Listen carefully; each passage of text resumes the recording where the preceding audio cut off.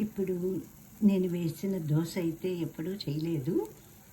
చాలా హెల్తీగా ఉంటుందని ఆలోచించి చేసేసాను. ఈ గిన్నెలోనేమో పెరుగు ఉంది కొంచెం. ఆ పెరుగులో కొద్దిగా గోధుమ పిండి, కొంచెం అవిసె పొడి, కొంచెం మెంతి పొడి, మిరియాల పొడి